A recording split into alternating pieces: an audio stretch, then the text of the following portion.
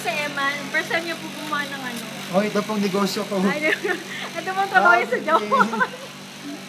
Ano masasabi mo sa paggawa ng cotton candy? Okay naman po. Hindi ka. Mga tip mo sa kanila.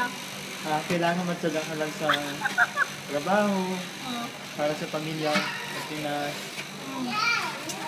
Kaya po, ito ginagawa namin ng gas namin para makatulong.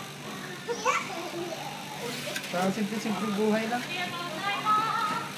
Pwede na. Tingnan yung pang negosyo.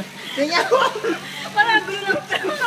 Ang kalat mo ng ano, cotton candy niya. Ang gulo ng buhay. Pasensya na po. First time po, first time. Ang first time. Ang medyo lang nilinig pa po. Kailan pa ba ito matapos? Kailan matapos to? Hindi ko alam. Ay, pag i-stop mo na yun. Pwede mo na i-stop. Yan, i-stop na. Yun. Babay ka na sa kanila, Emma. O, pakita mo ng ginawa mo. Ang Kasi ganda, gulo di ng ba? buhay niya. Pagulo yung cotton candy.